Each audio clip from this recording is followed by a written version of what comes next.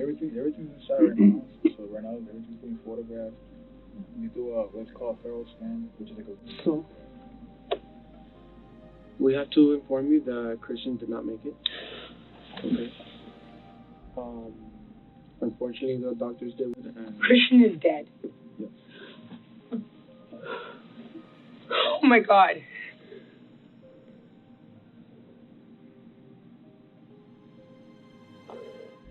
On the 3rd of April 2022, Miami police received a terrifying phone call with the report, "My boyfriend is dying." 27-year-old Christian Toby Obamacelli was bleeding out in his girlfriend's lap with a brutal stab wound to the chest. When police arrived, pools of blood were found all over the apartment, and Toby was barely clinging to life.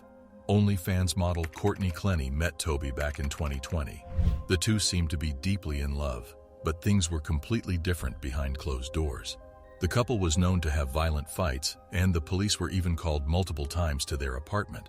But their biggest argument would take place in April of 2022 and result in Toby bleeding out and begging for his life. Courtney told police she had nothing to do with it, but police thought differently, so she was brought in for questioning, and a 5-hour-long interrogation began.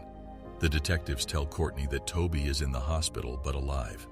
Detectives are usually unaware of how a suspect will react to certain information, so it's often safest to open by easing any worries they may have and talking in a non-accusatory manner.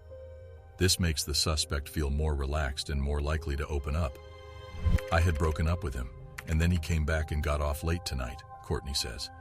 "And then it started liking to an argument and it escalated into something violent. I don't know if he walked or bikes, but he told me he was going to bike." Courtney describes the events leading up to the altercation, mentioning her social media career as an influencer and Toby's involvement in stocks and cryptocurrency. They were planning to move into a house together and even had plans to get a dog. Courtney continues her account, stating that during previous arguments, Toby had pinned her against the wall and choked her, causing her to fear for her life. On the day of the incident, she grabbed a knife in self-defense as Toby came at her aggressively. She threw the knife, intending to scare him away, but it landed in his chest. The detectives asked for further details, trying to piece together the sequence of events. Courtney explains how Toby had her against the wall, and when he let her go, she started swinging at him. They ended up on the ground, and she struggled to remember all the specific details. Courtney expresses her frustration at not having a chance to write down all the details and clarify the situation. She acknowledges the importance of documenting events clearly for her own understanding and sharing with others. Still, she has yet to have the opportunity to do so. Overall, Courtney maintains that she was scared and acted in self-defense. The couple had also been involved in another incident in Las Vegas less than a year earlier.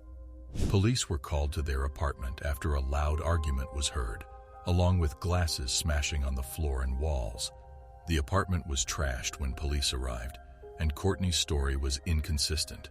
Courtney was brought to jail and held overnight, but Toby refused to press charges and advocated for her release. This may seem like nothing, but the police concluded that Courtney had attacked him that night by throwing a glass at his head.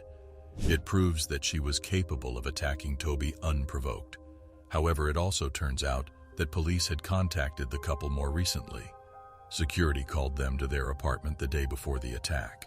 Courtney pushed Toby out of the elevator and screamed at him, but security noticed no aggression coming from him. The evidence started to mount up against Courtney as body cam videos became publicly available. They showed her panicked behavior and her pushing Toby. Unflattering videos of her drunk in public also surfaced. Days later, footage secretly recorded by Toby displayed Courtney violently screaming at him, using aggressive language, hitting him, and using racial slurs. Courtney was officially taken to court by Toby's family, and a medical examiner concluded that the knife-throwing claim was not supported. The cause of death was determined to be stabbing of the plebeian artery, and the manner of death was ruled a homicide. That's all for today. Hope you enjoyed the video. Make sure to give this video a like and subscribe to the channel for more engaging content like this one. See you next time.